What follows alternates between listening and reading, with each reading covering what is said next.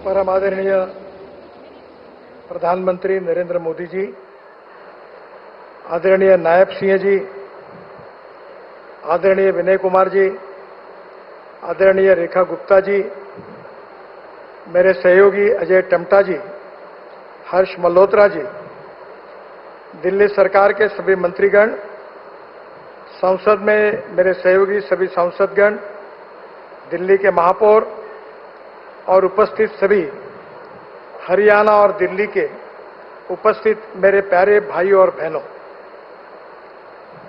आज का दिन विशेष रूप से हमारे विभाग के लिए बड़ा अभिमान का विषय है।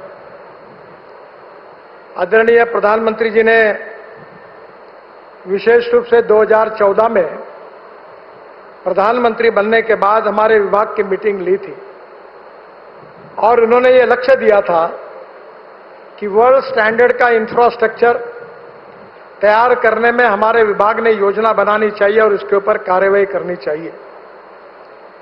उस समय दिल्ली की स्थिति अच्छी नहीं थी, हर जगह ट्रैफिक जाम था, प्रदूषण की समस्या भी काफी तीव्र थी।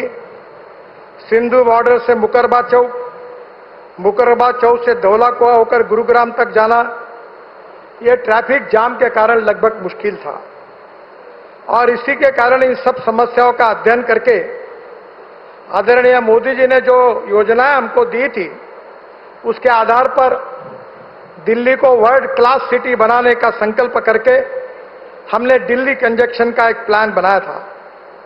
दिल्ली को ट्रैफिक जाम से मुक्ति देना और प्रदूषण से भी मुक्त दिल्ली बनाने का लक्ष्य हमने सामने रखा। मुझे बहुत खुशी है कि पहले स्टेज में हमने 65,000 करोड़ की लागत से काम शुरू किए, आज 48,000 करोड़ रुपए के काम पूरे हुए। उस समय दिल्ली का peripheral ring road express highway supreme court में सबजुडिस था। सुप्रीम कोर्ट ने भी इसमें ध्यान दिया था और बड़े मुश्किल से अनेक समस्या होने के बाद में भी हमने उसको पूरा किया। ईस्टर्न पेरिफेरल एक्सप्रेसवे के कारण दिल्ली में आने वाली भारी यातायात को डाइवर्ट किया गया। बाद में दिल्ली मेरठ एक्सप्रेस हाईवे, जो आदरणीय प्रधानमंत्री जी ने देशवासियों के लिए अर्पित किया, इसमें कम से कम 4 घंटे मेरठ से दिल्ली आने के लिए लगते थे, आज 45 मिनट में हो गया।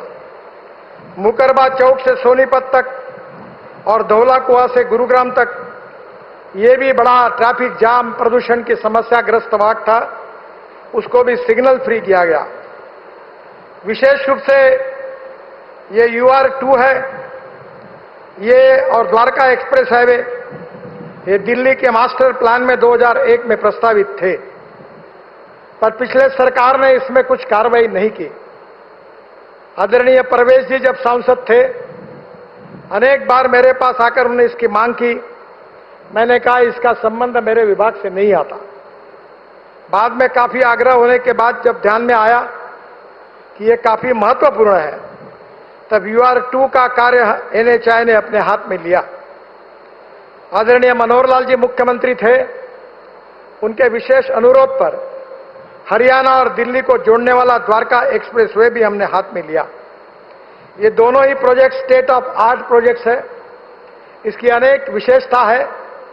स्टेट ऑफ आर्ट तो प्रोजेक्ट है ही, पर वर्ल्ड क्लास प्रोजेक्ट है। टनल में एक रोड है, उसके नीचे और एक रोड है और एक ब्रिज पर 4 लेन के रोड बने हुए हैं। इस प्रकार का एक अपने आप में एक बहुत महत्वपूर्ण प्रोजेक्ट है। ये प्रोजेक्ट बनाते समय काफी दिक्कतें आई, अनेक अड़चनें और समस्याएं खड़ी हुई, पर मैं हरियाणा सरकार को और दिल्ली सरकार को धन्यवाद दूंगा कि उनके सहयोग के कारण ये समस्या हमने सुलझाई। विशेष रूप से हमारे NHAI के इंजीनियर्स, कॉन्ट्रैक्टर्स, इन सब लोगों ने इसके ऊपर बहुत मेहनत की। इसकी क्वालिटी के और विशेष रूप से ध्यान दिया गया। इसका जब पहला डिजाइनिंग आया था, तब मैंने उनको प्रश्न पूछा था कि 25 साल सोचकर आपने ये बनाया क्या? जब ध्यान में आया कि ये 25 साल सोच का नहीं है, तो डिजाइन को रिजेक्ट करके उसको नया डिजाइन के रूप में बनाया। वैसे ये डिस्टेंस केवल 29 किलोमीटर है, पर सिंगल लेन का हिसाब किया जाए तो ये 563 किलोमीटर है। इसमें टनल्स है, ब्रिजेस है, और इसके साथ साथ हरियाणा को और दिल्ली के जोड़ने वाले अनेक रोड को भी हमने अच्छी तरीके से बनाया ताकि इसका फायदा जनता को हो। और हमारे अधिकारियों ने, इंजीनियर्स ने, कॉन्ट्रैक्टर्स ने आज काम जो किया है बहुत अच्छा किया है।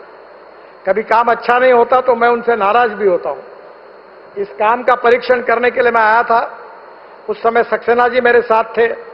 एक एक चीज हमने बारकाई से देखी थी और एक अच्छा स्टेट ऑफ आर्ट प्रोजेक्ट हुआ है। ये प्रोजेक्ट करते समय हमारे विभाग के सचिव निवृत्त हुए युद्धवीर मलिक, इन्होंने काफी बड़ा सहयोग ये प्रोजेक्ट पूरा करने के लिए, अड़चनों को सुलझाने के लिए उनका भी मिला, उनको भी मैं धन्यवाद देता हूं। ये दोनों प्रोजेक्ट से दिल्ली एनसीआर के लोगों को जाम से बड़ी राहत मिलेगी। अगर मैं ये कहूंगा कि दिल्ली की 50% ट्रैफिक जाम की समस्या ये UR2 और द्वारका एक्सप्रेस हाईवे के कारण अगर कम होगी तो मुझे लगता है आश्चर्य नहीं होगा। इन प्रोजेक्ट्स को हमने दिल्ली से जो अलग अलग जगह से भी जोड़ा है। माननीय प्रधानमंत्री जी ने जो रोड मैप दिया है उसमें लॉजिस्टिक कॉस्ट को कम करना है। हमारे देश की लॉजिस्टिक कॉस्ट 14 से 16% है, चाइना की लॉजिस्टिक कॉस्ट 8% है और यूरोपियन और अमेरिका की ये 12% है। अभी बीच में बेंगलोर IIM और IIT खड़गपुर और IIT कानपुर तीनों ने जो अध्ययन किया उसमें कहा गया है कि रोड अच्छे बनने के कारण हमारी लॉजिस्टिक कॉस्ट 6% कम हुई है। मैं प्रधानमंत्री जी को और आप सबको विश्वास देना चाहता हूं कि 2026 के समाप्त होने के पहले हमारे देश की लॉजिस्टिक कॉस्ट सिंगल डिजिट में आएगी, जो हमारे एक्सपोर्ट के लिए बहुत महत्वपूर्ण होगी। हम और कॉम्पिटिटिव बनेंगे। जो प्रधानमंत्री जी ने कहा था वो बात पूरी होने से हम अंतर्राष्ट्रीय बाजार में और एक्सपोर्ट करने में हमको उपयोग होगा।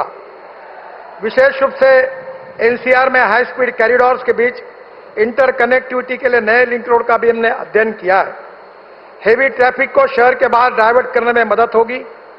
विशेष रूप से दिल्ली से कटरा एक्सप्रेसवे को UR2 को कनेक्शन देने की भी योजना हमने बनाई है। जम्मू कश्मीर, पंजाब से एयरपोर्ट व दिल्ली मुंबई एक्सप्रेसवे के लिए सीधी कनेक्टिविटी UR2 से मिलेगी। UR2 से दिल्ली देहरादून एक्सप्रेसवे को भी कनेक्शन है। देहरादून से आने वाले वाहनों के लिए एयरपोर्ट के लिए वैकल्पिक रूट का यात्रा समय जो 2 घंटे से 2.5 घंटे है वो 45 मिनट हो जाएगा। दिल्ली से देहरादून एक्सप्रेसवे से नोएडा फरीदाबाद कनेक्टिविटी होगी, जो पूर्व दिल्ली का बाईपास के रूप में काम करेगा। उत्तर दक्षिण पश्चिम दिल्ली से नोएडा फरीदाबाद के लिए सीधा मार्ग भी होगा। शिवमूर्ति नेल्सन टनेला मार्ग पर टनल बनाने की योजना हम बना रहे हैं, जो महिपालपुर और रंगपुरी के ट्रैफिक जाम से राहत देगी। दिल्ली से गुरुग्राम की आवाज को भी सुगम करेगी। AIIMS Mahipalpur Gurugram elevated corridor Mehrauli Gurugram road पर इनर आउटर रिंग रोड पर ट्रैफिक जाम को कम करेगा। महिलापुर गुरुग्राम तक विस्तार, दिल्ली मेरठ एक्सप्रेसवे से उस टनल का कनेक्शन और नई दिल्ली तथा एम्स को एयरपोर्ट पहुंचाने का भी हम अध्ययन कर रहे हैं। मुझे विश्वास है कि हमें दिल्ली के लिए जो महत्वपूर्ण प्रोजेक्ट प्रधानमंत्री जी के मार्गदर्शन में किए हैं उसमें से 1 लाख करोड़ रुपए खर्चा करके DND दिल्ली मुंबई एक्सप्रेसवे मार्च 26 तक पूरा होगा। जेवर एयरपोर्ट से Indira Gandhi airport greenfield link दिसंबर 26 तक पूरी होगी। Delhi Akshardham EP extend interchange, इसके लिए प्रधानमंत्री जी से हमने अनुरोध किया है कि उद्घाटन की तारीख मिलने के बाद सितंबर महीने में इसको भी हम इनॉग्रेट करेंगे। दिल्ली में ग्रीनफील्ड एक्सप्रेस हाईवे 6 हम बनाने वाले थे, उसमें से 3 हाईवे का काम पूरा हुआ है। Eastern peripheral express highway, Delhi Meerut express highway, Dwarka express highway तैयार हो गए हैं। दिल्ली मुंबई एक्सप्रेस हाईवे जो 12 घंटे में दिल्ली से मुंबई जाएंगे वो दिसंबर 2026 तक पूरा होगा। दिल्ली देहरादून एक्सप्रेसवे जो दिल्ली से देहरादून 2 घंटे में आपके सफर होगी वो अक्टूबर 2025 तक पूरा होगा। दिल्ली से कटरा एक्सप्रेसवे ये हमारा 6 घंटे में हम कटरा पहुंच जाएंगे, ये दिसंबर 26 तक पूरा होगा। मेरा विश्वास है कि आने वाले समय में विशेष रूप से जो कॉरिडोर हम बना रहे हैं वो दिल्ली की ट्रैफिक जाम को और प्रदूषण को मुक्ति दिलाने का हमारा एक प्रयास है। बीच में सुप्रीम कोर्ट तक भी PIL गई थी। पर इन सब का उपाय यही है कि हमें दिल्ली के लिए जो वाहनों की संख्या बढ़ रही है, आबादी की संख्या बढ़ रही है, उस हिसाब से वर्ल्ड स्टैंडर्ड का इंफ्रास्ट्रक्चर बनाना होगा। प्रधानमंत्री जी का सपना है कि हमारा देश $5 ट्रिलियन की इकोनॉमी बने, हमारे देश वर्ल्ड की 3rd लार्जेस्ट इकोनॉमी बने, हमारा देश विश्व गुरु बनाए। इसमें रोड की भूमिका, हाईवेज के साथ साथ हमारे वाटर, पावर, ट्रांसपोर्ट, कम्युनिकेशन, सभी इंफ्रास्ट्रक्चर की भूमिका महत्वपूर्ण है। प्रधानमंत्री जी ने जो दिशा दी है, जो विजन दी है, उसमें तेजी से बदलाव हो रहा है और निश्चित रूप से दिल्ली की जनता की जो अपेक्षा है कि दिल्ली ट्रैफिक जाम से मुक्त हो, दिल्ली प्रदूषण से मुक्त हो, ये सपना पूरा करने के लिए हमारे विभाग से पूरा प्रयास कठोरता से किया जाएगा, ऐसा विश्वास मैं आप सबको देता हूं।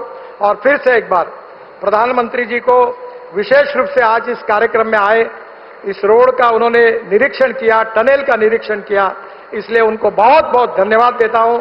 और दिल्ली और हरियाणा सरकार को भी उनके सहयोग के लिए धन्यवाद देते हुए दिल्ली की सरकार को और दिल्ली की जनता को और विशेष रूप से दिल्ली एनसीआर में रही हुई सभी हरियाणा की भी जनता को मैं हृदय से इस भव्य प्रकल्पों के लिए बहुत बहुत शुभकामनाएं देता हूं, धन्यवाद देता हूं। बहुत बहुत धन्यवाद। नमस्कार।